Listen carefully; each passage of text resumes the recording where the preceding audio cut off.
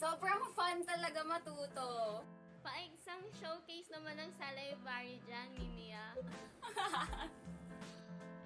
Alam naman siguro ng mga audience natin kung ano itsura ng laway. Paano pag hindi? Kaya pa ba mga watchers? More! But before anything else, magbabalik kami after a short break. And welcome back to Daily Dose. So, Ria, ready ka na ba for more? Oo naman, Trixie. I can't wait to hear more from our Harvard students. Grabe, iba talaga pag Harvard girl. Ay, true po yan. Shh, manahimik na kayo. In-on na yung video. Panoorin na natin. The major salivary glands has three bilateral pairs of glands, which produces the bulk of the saliva. They are extrinsic glands and it produces intermittent secretions. Let's dive into three major salivary glands. 1. The parotid glands. The parotid glands is the largest and the most important in terms of salivary production.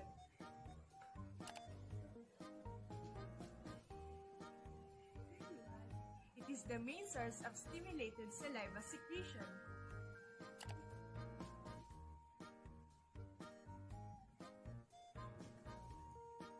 Its location is near the ear behind the ramus. Every major salivary gland has its own duct. For the parotid glands, it utilizes Stenson's duct, which open on the buccal wall at the level of maxillary second molar. Did you know that the parotid glands is rich in serous cells? The amount of secretion will be 25%.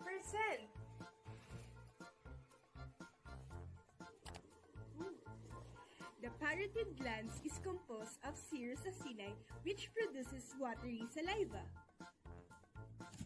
It is used for lubrication, swallowing, chewing, phonating, and talking.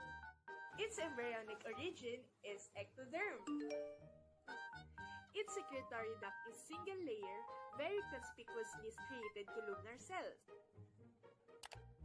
How about this intercalated duct?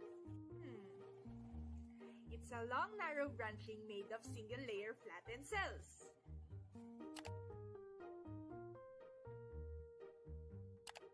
Sensory, it's fifth nerve. In secretory, sympathetic, superior cervical ganglion, and in parasympathetic, ninth nerve, ganglion vasodilation. Lastly, its development is 4 to 6 embryonic life. Number 2. Submandibular gland.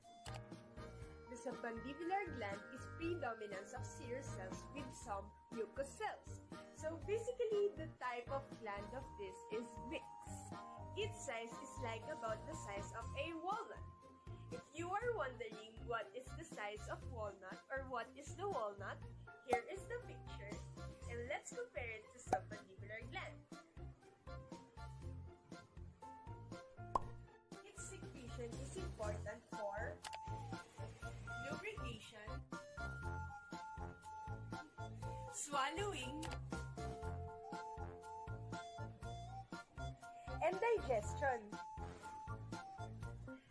The submandibular gland is the primary source of basal saliva secretion. Its location is beneath the tongue or below the mandible posterior part. Submandibular gland release saliva through its main duct, the Wharton's duct, which open at sublingual papilla under tongue. This glandular mass is responsible for the production of 60 to 65% of the over-salivary output. Its embryonic origin is endoderm. Its secretory ducts are the same with parotid but somewhat longer and may contain yellow pigment. In intercalated duct, Its intercalated ducts is much shorter but same with parotid. In secretory sympathetic, it's superior cervical ganglion, and in parasympathetic, 7th nerve, chorda tympani submaxillary ganglion. Lastly, its development within 6 weeks of embryonic life. Last but not the least, the sublingual gland. The sublingual glands is composed of mostly mucous acini and thus produces the thickest and most viscous saliva. It is the smallest among the three. The sublingual glands are almond-shaped and found under the floor of the mouth. It is located beneath the sublingual fold or floor of the mouth. It has multiple ducts that open along sublingual fold, but mainly the sublingual glands utilize Bartholin's duct. Also, several smaller ducts or duct of revenues open independently along the sublingual fold.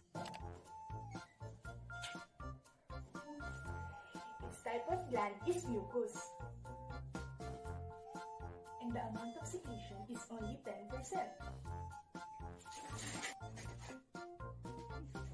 The embryonic life of this is endoderm.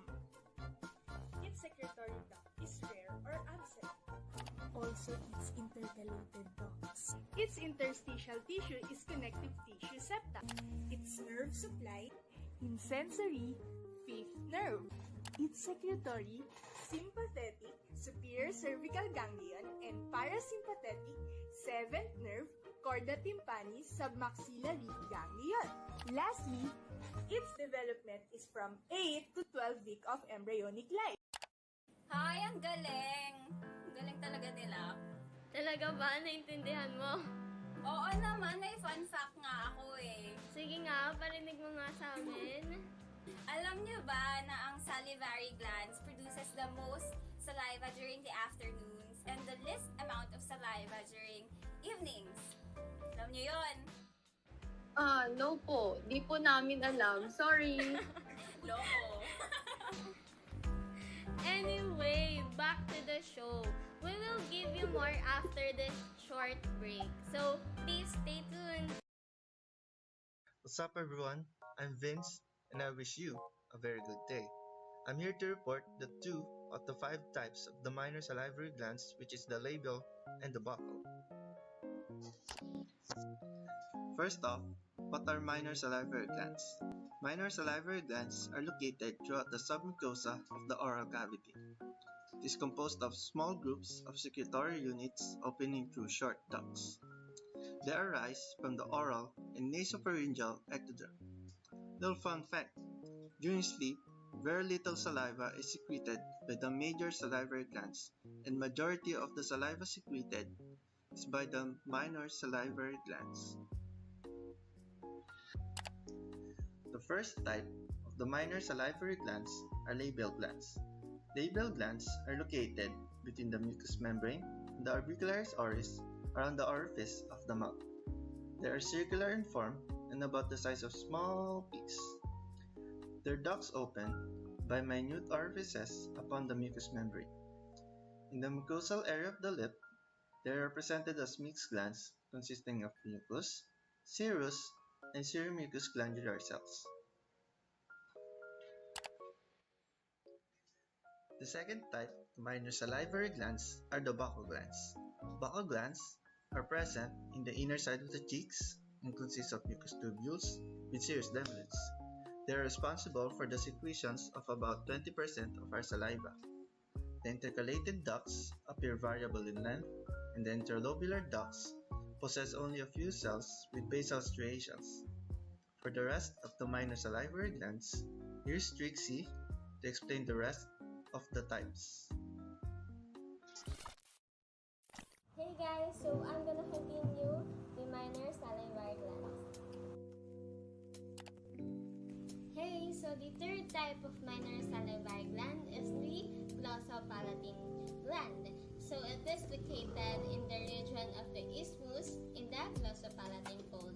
So it can extend from the posterior extension of the sublingual gland to the gland of the soft palate.